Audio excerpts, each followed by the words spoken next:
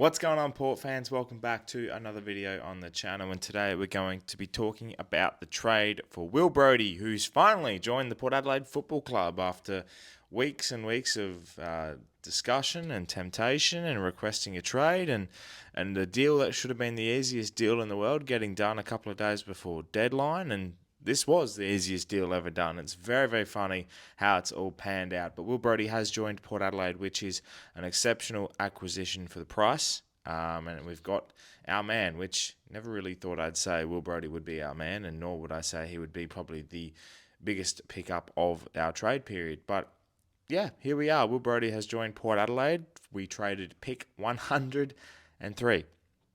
That's right, pick 103. This is a 6th, 7th round pick. It's pick 103, which by the end of everything will probably fall into about pick 60, which is about where we thought this trade would end up. I think a lot of people were seeing how the pick swaps would go and how everything would eventuate before this deal getting done, which is amazing. And it's a monster trade. Let's get that absolutely clear. it's a good trade. And Will Brodie had a year left on his contract for Fremantle. It helps Fremantle with their draft acquisitions and being able to use pick 47. And frees up their salary. We take on a cheap Will Brodie, who's 27 years of age. He's played 54 games in AFL football. He's kicked 10 goals in that time. 25 games for Gold Coast and 29 games for Fremantle. Hasn't played footy in the last 2 years. His last game was in 2023. And he played every game pretty much of the 2022 season, which was his best year in the league, and obviously was drafted to the Gold Coast Suns back in 2016. He was pick 9, so a great rookie. He's one that has always been impressive no matter where he's gone. And I think just starved of opportunities, because wherever he has gone has been an elite midfield, an elite group that's probably been better than him, and he has never really had an opportunity to develop into a role where he could own it. And at Port Adelaide, there is a massive opportunity for that, and I feel Will Brodie is going to be an essential target for us. And whilst everyone will be looking at it and we're going, oh, Corey Durden, we've got Jacob Ware, we've got Will Brodie, these types of players. We missed out on Braden Fiorini, and you just sit there and go, well, okay, we've got quality youngsters, we've got acquisition players this year that can fill a role, and that's what you need in football. We've got our stars. We have Rosie, Butters, Horn Francis, Bergman, Georgiades, Aaliyah down back.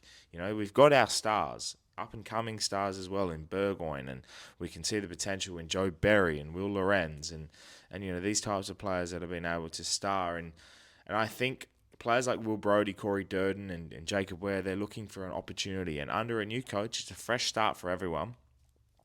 They can have that. And Will Brodie, I think, is a big target in terms of not the name, not who he is or whatever. It is the player. It's the type. It's the one that's really ready to take the game on and prove himself. And he was going nowhere at Fremantle. He would have been delisted at the end of 2026. He's been in the squad so many times but never picked for selection. He's always been the break the glass type player for Fremantle, and it is such a shame. Like, there is times where he's averaging over 35 touches in the waffle. He won a premiership in the waffle in 2024.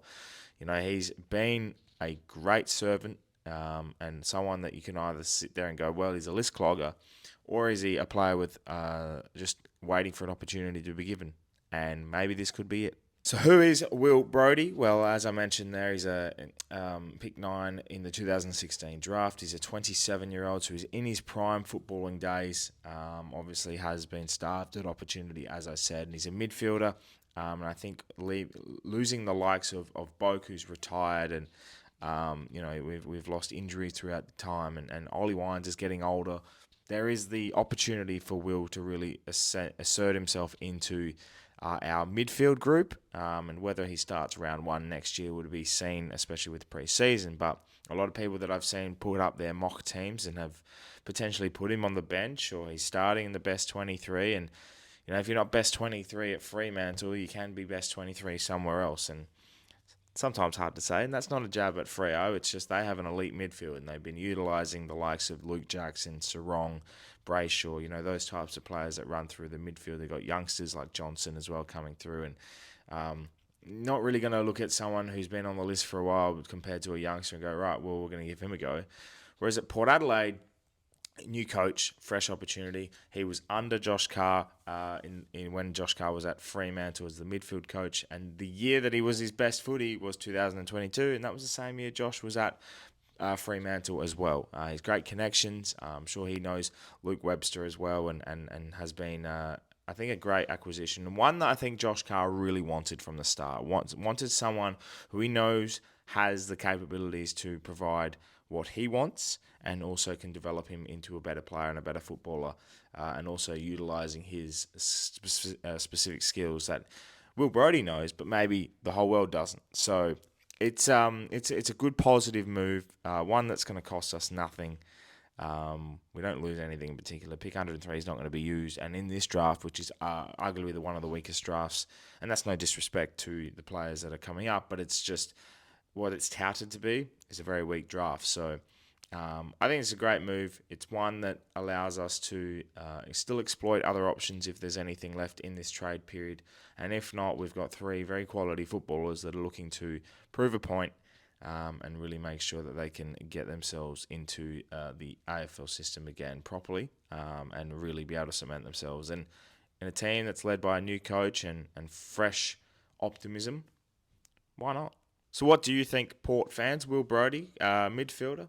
He's going to see someone to watch, I think. And if you're a Supercoach fan or you're a fantasy fan as well and you do that, which I know I do, we know Will Brodie's a very, very good scoring player when he plays in the midfield. And his 2022 season has been touted as one of the best in a Supercoach sense. So what that can do on the field, we'll be awaiting to see, but he definitely has an opportunity here at Port Adelaide, and I can't wait to see what he brings to the club. It's going to be an amazing time, and I'm very excited to see what else we produce come this off-season. And yeah, would love to hear your thoughts, Port fans. Thank you so much for watching, everyone. Obviously, check out the other videos as well about Jacob Ware and Corey Durden, what I feel about their acquisitions to Port Adelaide.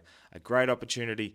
And yeah, I'm looking forward to seeing what else happens across this off-season. Still some delisted free agents I feel like we're going to select. We're definitely going to trade out of this draft as well, so I feel like there's a pick swap to come.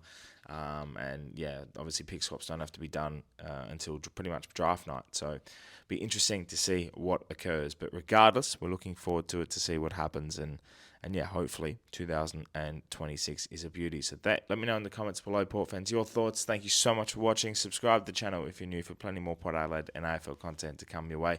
My name's Anthony, and as always, calm the pair.